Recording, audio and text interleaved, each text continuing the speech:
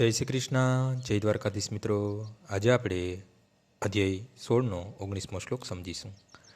તાનહમ દ્વિષતઃ ક્રૂરાંસમ સારેષુ નરાધમાન ક્ષિપામ્ય જ સત્રમ શુભા નાસુરી શ્રેવ યોનિષુ.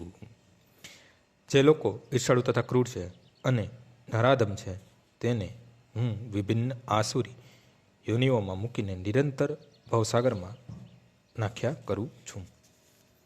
આ શ્લોકમાં સ્પષ્ટ રીતે જણાવ્યું છે કે કોઈ જીવને કોઈ વિશેષ શરીરમાં મૂકવાનો વિશેષ અધિકાર સર્વોપરી પરમેશ્વરને આધીન હોય છે.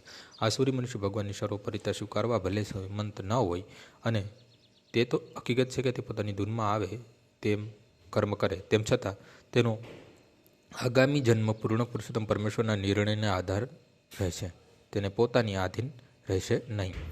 શ્રીમદ ભાગવતમમાં 3જા ખંડમાં કહેવામાં આવ્યું છે કે મૃત્યુ પછી જીવને માતાના ગર્ભમાં મૂકવામાં આવે છે, જ્યાં સર્વોપરી શક્તિના નિરીક્ષણ હેઠળ તેને વિશેષ પ્રકારનું શરીર પ્રાપ્ત થાય છે. આ કારણથી જ ભૌતિક શરીરમાં આટલી બધી યોનિઓ જોવા મળે છે, જેવી કે પશુ, કીટ, મનુષ્ય વગેરે. આ બધું શ્રેષ્ઠ સત્તા અર્થાત પરમેશ્વર દ્વારા બધું ગોઠવાય છે. એ આકસ્મિક રીતે થતું નથી. અસુરો વિશે અહીં સાફ સાફ કહેવામાં આવ્યું છે કે તેમને સતત આસુરોના ગર્ભમાં મૂકવામાં આવે છે. એ રીતે તેઓ સદા ઈર્ષાળુ રહે છે અને મનુષ્યોમાં સૌથી અધમ હોય છે. આવા આસુરી યોનિના મનુષ્યો સદા કામવાસનામાં હોય છે, સદા હિંસક તથા દ્વેષી હોય છે અને સદા અપવિત્ર હોય છે. એવી રીતે અનેક જંગલી શિકારી માણસોની જાતિઓ હોય છે, જેને આસુરી યોનિવાળા ગણવામાં આવે છે. આજનો શ્લોક અહીં પૂર્ણ થાય છે. આવતીકાલે ફરીથી સવારે 6 વાગ્યે મળીશું. જય શ્રી કૃષ્ણ.